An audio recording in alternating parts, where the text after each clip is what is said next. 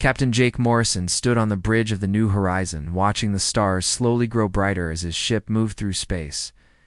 After 200 long years of travel, they were finally close to their new home. The massive colony ship carried 50,000 sleeping people who had left Earth so long ago that most of them had never seen their home planet with their own eyes. Dr. Lisa Kane walked up to Jake, holding a datapad in her hands. Her face looked worried. "Captain, I'm getting some strange readings from the Kepler system. There's energy coming from behind the big moon that shouldn't be there." Jake took the pad and looked at the numbers. He'd been a ship captain for 20 years, but these readings made no sense to him.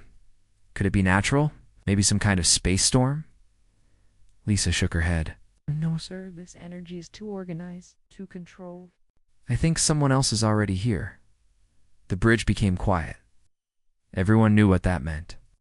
For 2 centuries, humans had wondered if they would meet other life forms when they reached the stars. They had hoped those meetings would be friendly. Suddenly, the ship's alarm started ringing. The main screen lit up with bright flashes of light. Ships were coming out from behind the moon, strange ships that looked nothing like anything humans had ever built. They were long and curved, with a blue glow coming from their engines. "How many?" Jake asked, trying to keep his voice calm. 12 ships, sir," said Lieutenant Emma Walsh from her position at the weapons station. "They're bigger than us. Much bigger." The alien ships moved in perfect formation, surrounding the New Horizon like wolves around their prey.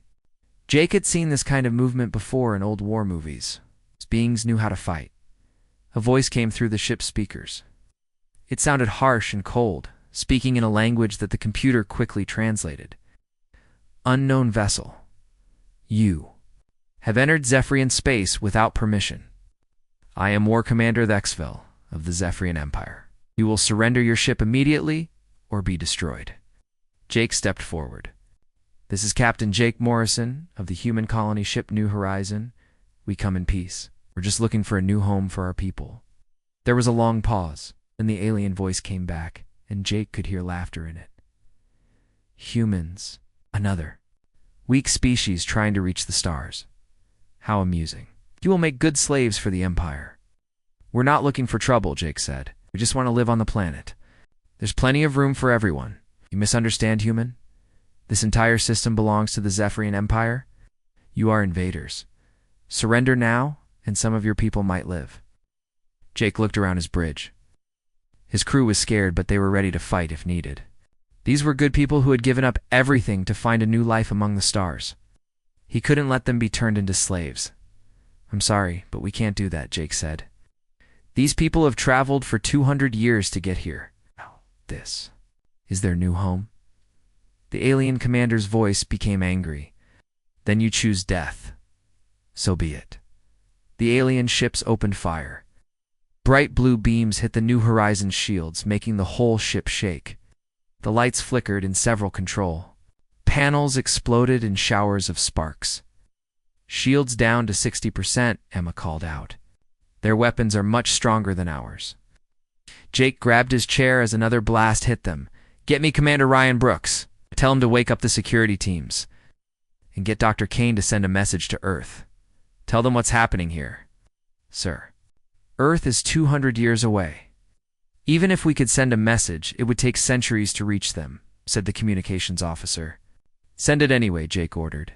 "Someone needs to know what happened to us." The alien ships fired again. This time, something was different. Instead of weapons, they shot some kind of electric net that wrapped around the New Horizon. Daldadai. Ship's engines stopped working. The lights went out, and emergency power kicked in. "They've shut down our engines," reported the chief engineer, Pete Sullivan. "We're dead in the water, Captain." On the main screen, Jake could see small ships leaving the alien vessels. They were coming to board the New Horizon. He knew his ship couldn't fight off 12 alien warships, but he wasn't going to give up. Without a fight. "All civilians to emergency shelters," Jake announced over the ship's speakers. "Security teams to defensive positions. This is not a drill." War Commander Thexville's voice came through the speakers again. "You fought bravely for primitives, but this ends now. We are coming aboard your ship.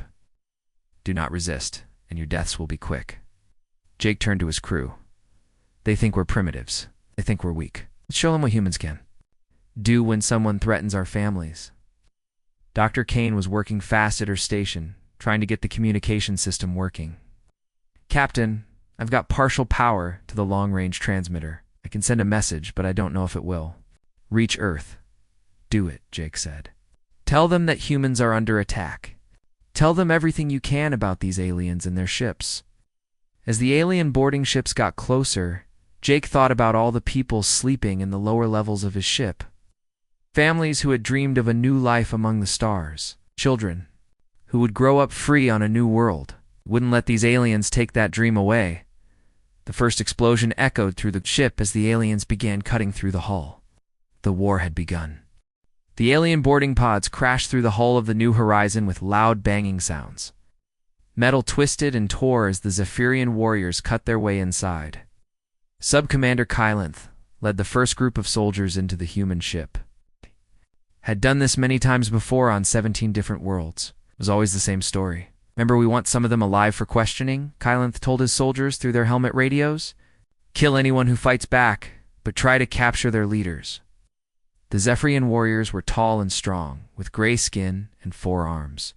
Their armor was black and shiny, and their weapons could cut through metal like paper. They had never lost a battle against any species they had met as they moved through the corridors of the New Horizon. Kylanth expected to see scared aliens running away or hiding. Instead, the hallways were empty and quiet. Too quiet. Where are they? Asked one of his soldiers. Probably hiding like cowards, Kylanth replied. We'll find them soon enough. They reached the first intersection in the corridor. Kylanth held up his hand to stop his team. Something felt wrong. The lights were dim, and there were strange shadows everywhere. Suddenly, the ceiling above them exploded. Commander Ryan Brooks and 3 human security officers dropped down, firing their weapons. The humans had been hiding in the air ducts, waiting for the perfect moment to attack. 2 Zephyrian soldiers fell before they could react. Kylanth spun around, firing his energy weapon, but the humans were already moving. They rolled behind cover and disappeared into side passages.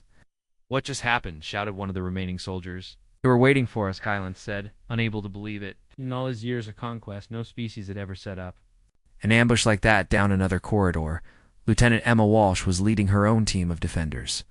She had studied every battle in Earth's history during the long journey to the stars. She knew how to fight enemies who were bigger and stronger. Remember, we can't beat them in a straight fight, she whispered to her team. We hit them fast and run away. Make them chase us into traps. Her team moved through the maintenance tunnels that ran behind the walls. They could hear the alien soldiers below, searching for them. Emma smiled. The aliens might have better weapons, but they didn't know the ship like the humans did. She signaled to Sergeant Danny Parker, who was hiding on the other side of the corridor. When the aliens walked between them, both human teams opened fire. From opposite directions, 3 more Zephyrian warriors went down. But the aliens were learning too. They started moving more carefully, checking every corner and doorway. Their weapons were much more powerful than the human guns.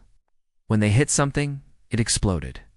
In the ship's science section, Dr. Lisa Kane was working desperately to fix the communication system. She needed to send that message to Earth before the aliens could stop her. Her hands shook as she connected wires and replaced burned-out parts. Come on, she whispered to herself. The fighting was getting closer. She could hear explosions and gunfire echoing through the walls. Finally, the transmitter came online. She quickly recorded everything she knew about the alien ships, their weapons, and their tactics. The message would take 200 years to reach Earth. But maybe someday it would help other humans. Just as she finished sending the signal, the door to her lab exploded inward. 3 Zephyrian soldiers rushed in, their weapons pointed at her. Don't move, human, one of them said. Dr. Kane raised her hands, but she was smiling. The message was already on its way to Earth. In another part of the ship, the aliens had captured several human civilians. They were brought to the main cargo bay, where War Commander Vexvel was waiting. The alien commander looked at the humans with disgust. So these are the mighty humans, he said. They look even weaker than I expected. One of the prisoners was Mary Thompson, a teacher who had been helping to plan the new colony. She was scared, but she tried not to show it. What are you doing? This? She asked. We're not your enemies. Thexville laughed, a harsh sound that echoed through the cargo bay. You came into our space without permission. That makes you invaders. We have conquered 17 different species. None of them could stand against the might of the Zephyrian Empire. 17? Mary said. That's all? Where we come from, we've fought thousands of wars. Our home planet Earth has seen more battles than you can imagine. The alien commander looked interested. Earth. I have never heard of this world. Is it another primitive planet like the rest?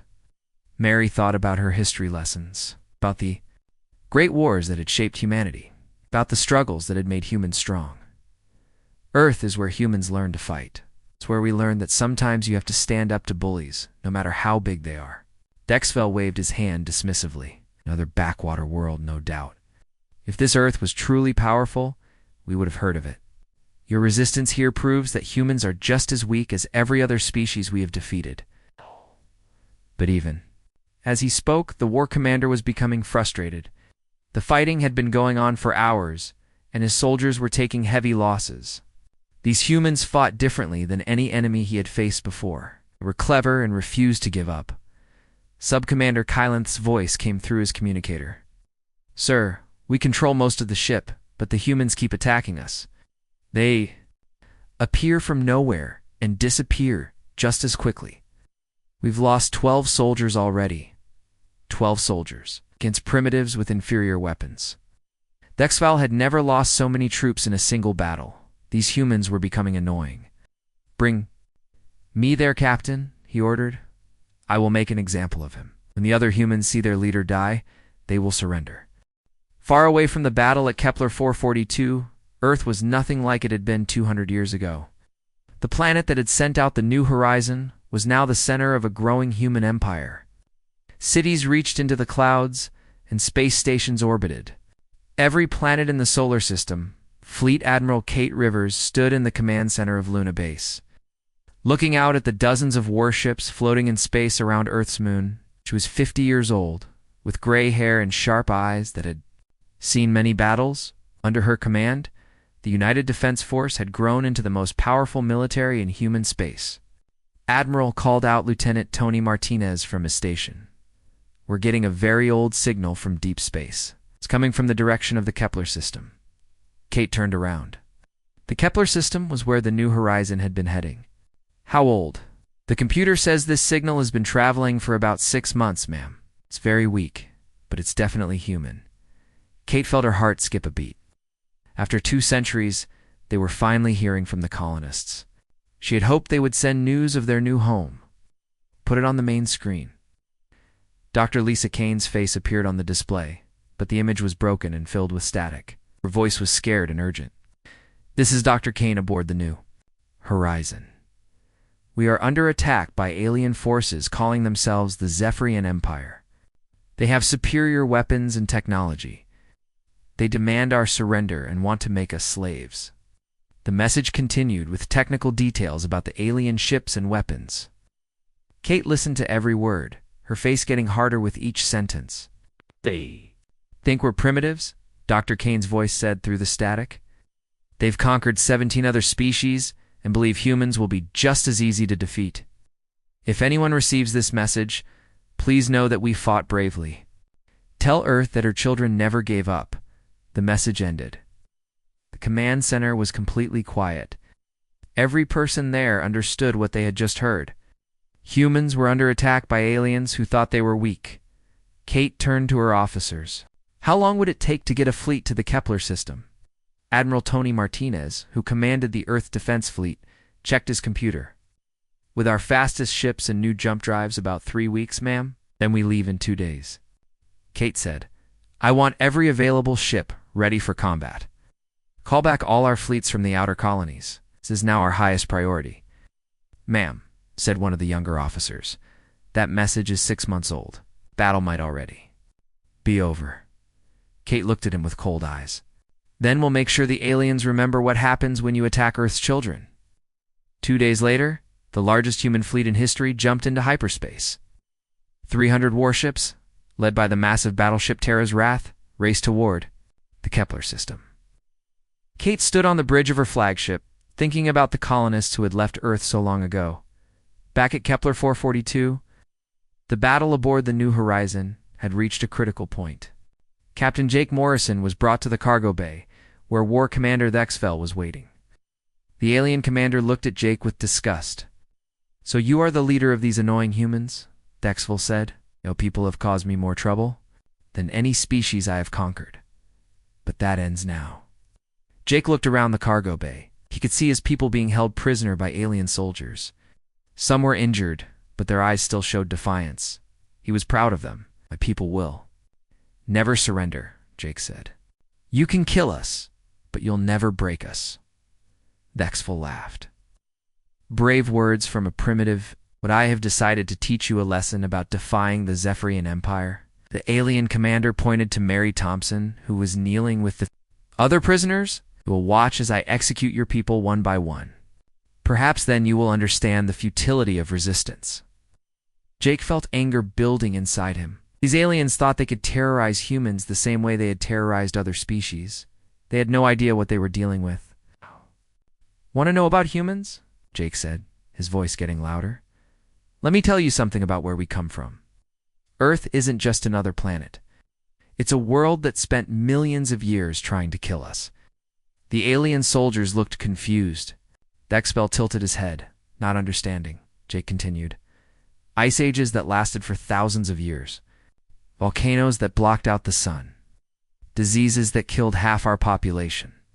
Predators that hunted us every day. Earthquakes, floods, storms that could level entire cities. That's what we call home." Dr. Lisa Kane, who was also being held prisoner, understood what Jake was doing. She spoke up. "Every disaster you can imagine, Earth threw at us. Every challenge, every threat, every impossible situation. And we survived all of it." "We didn't just survive," Jake said, staring directly at Theyre. "We learned from it. Every war taught us new ways to fight. Every disaster taught us how to endure. Every enemy taught us how to win." Sub-Commander Kylanth, who was standing nearby, shifted uncomfortably. The soldiers had been fighting these humans for hours and taking heavy casualties. These primitives were not acting like any species he had conquered before. "You think 17 species is impressive?" Mary Thompson said, finding her courage. "Earth has seen thousands of different human nations fight each other. We've had wars that lasted for decades. We've rebuilt our civilization from ashes more times than you've conquered worlds." Theyre was getting angry. "Enough of your lies. No single planet could produce such warriors." Jake smiled grimly. "That's where you're wrong. Earth didn't just produce warriors. It produced survivors. And survivors don't give up, no matter what you do to them." The war commander raised his weapon, pointing it at Jake's head. "Then you can die as a survivor." Just as he was about to fire, alarms started blaring throughout the Zephyrian ships. A voice came through the communication system, speaking in the Zephyrian language. "War Commander, we have a problem. Long-range sensors are detecting massive energy signatures approaching the system. Unknown ships, sir. Hundreds of them." Theyre looked confused. "Impossible. No one else knows about this system." The voice came back, more urgent now. "Sir, the ships are broadcasting identification codes. They're claiming to be from something called the Earth Defense Force." Jake's smile got wider. "I told you. You attacked Earth's children. Now Earth is coming for you."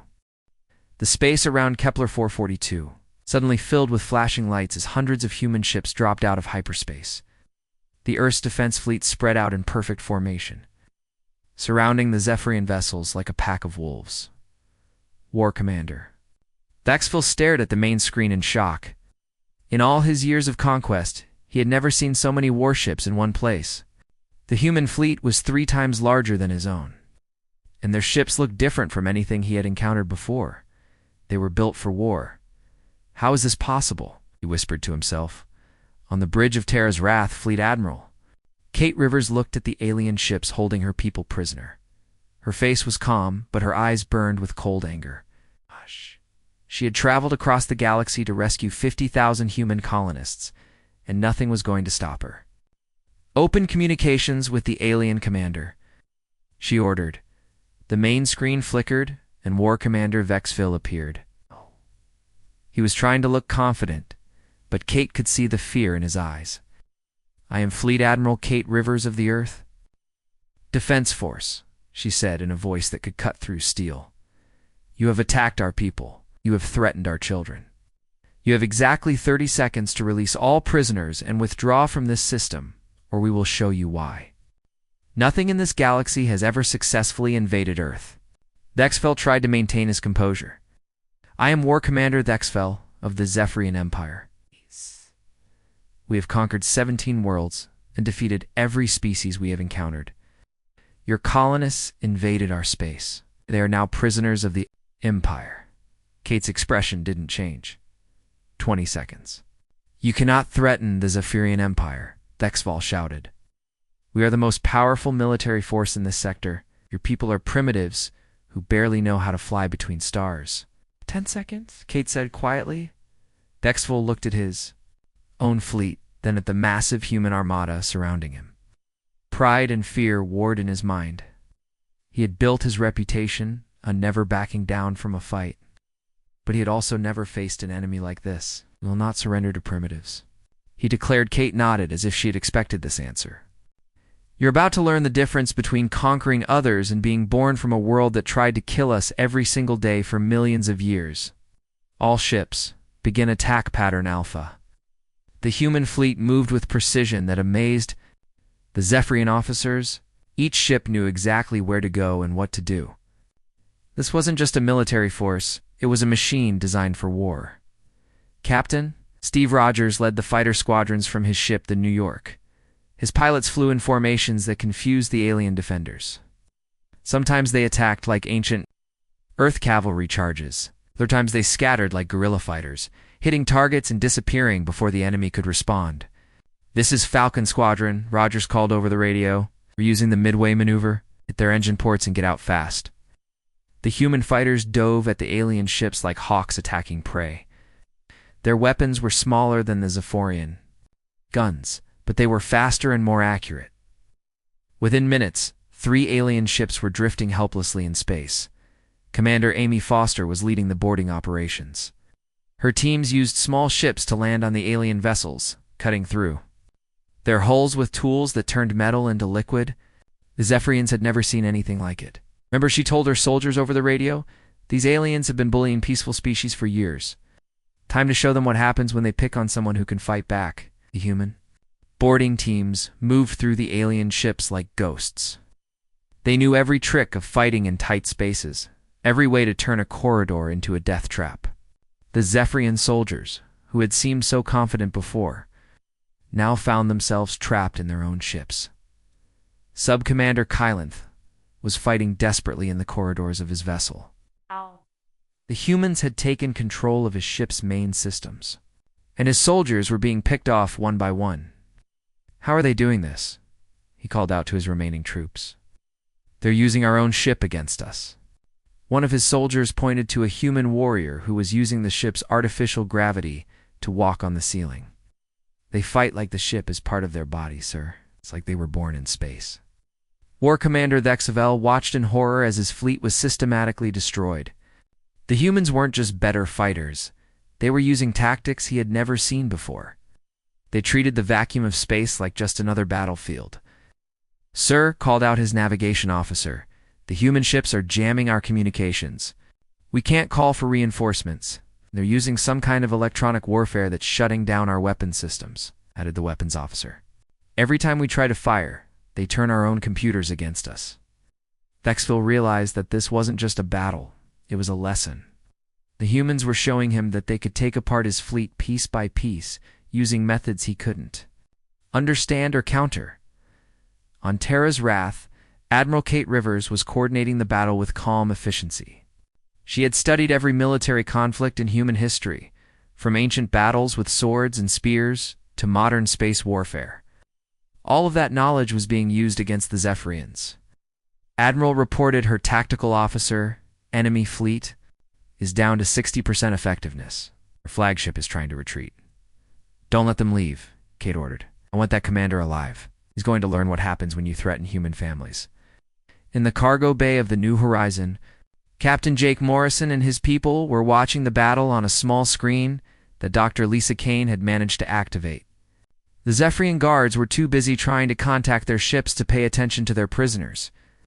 "Look at that," whispered Mary Thompson, pointing at the screen. "Earth didn't forget about us." Jake felt tears in his eyes as he watched the human fleet tear through the alien forces. "We're going home," he said quietly. "All of us are going home." The battle was almost over. Half of the Zephyrian fleet was destroyed or disabled. The survivors were trying to surrender, but they didn't know how. They had never been in this situation before. War Commander Vexvel stood on his bridge, watching his life's work crumble around him. His mighty fleet, which had conquered 17 worlds, was being destroyed by beings he had thought were primitives. "Open communications with the human admiral," he said quietly. Admiral Rivers appeared on his screen, her face showing no mercy. "Are you ready to surrender?" "What are you?"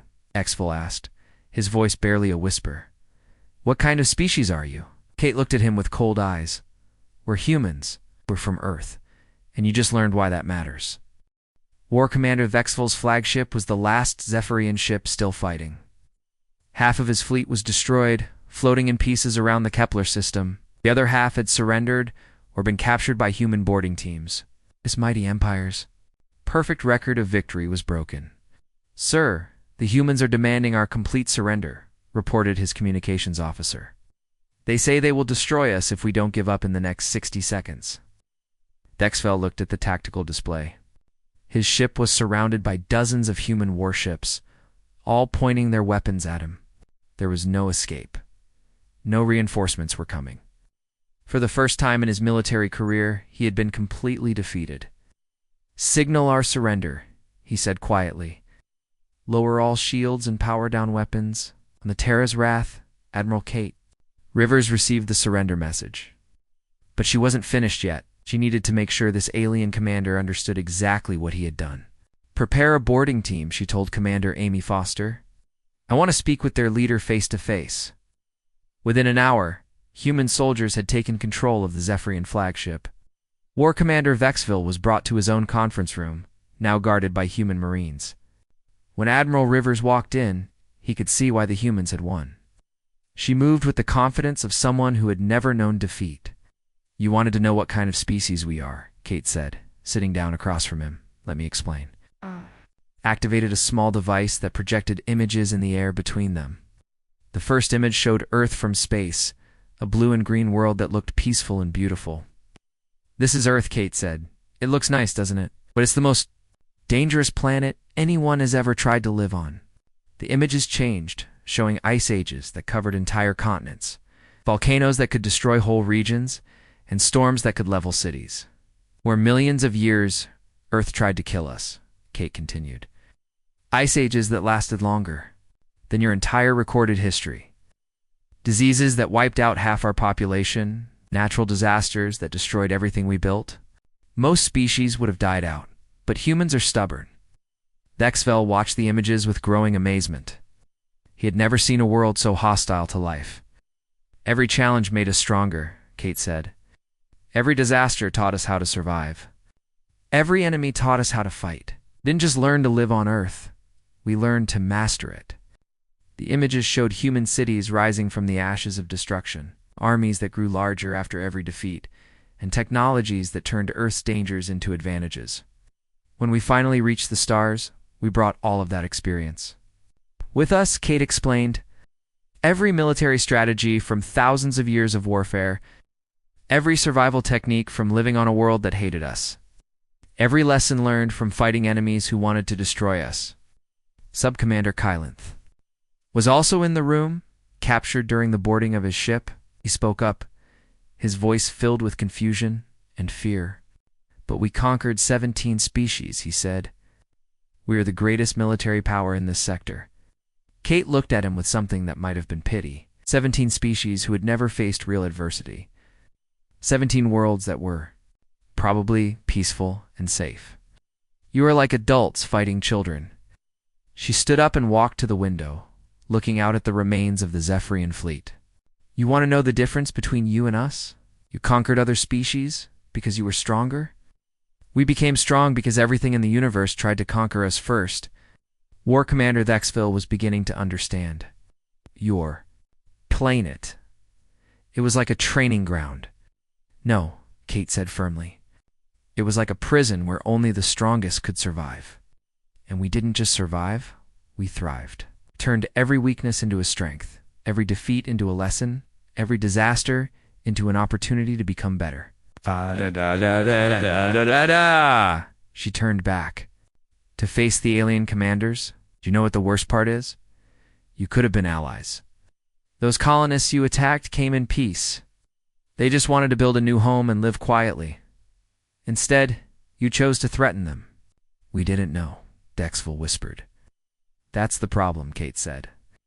You assumed all species were weak like the ones you had conquered before. You never considered that somewhere in the galaxy there might be a species that was forged in fire. Door opened, and Captain Jake Morrison walked in. He looked tired but unbroken, followed by Dr. Lisa Kane and the other rescued colonists. Admiral Jake said, saluting, "All of our people are safe. Thank you for coming for us." Kate smiled for the first time since the battle began. "We never leave our people behind, Captain. It's another thing Earth taught us." She turned back. "To the Zephyrian commanders, you're going to return to your empire with a message. Tell them that humans are not to be touched. Tell them that Earth protects its children, no matter how far they travel." "What will happen to us?" Kylanth asked. "You'll be treated fairly," Kate said. "Unlike your empire, we don't execute prisoners or turn people into slaves. You'll be given a ship and safe passage home. But remember what you learned here." War Commander Thexville looked up at her. "What did we learn?" Kate's expression became hard as steel. "You learned that there are some species in this galaxy that you cannot bully.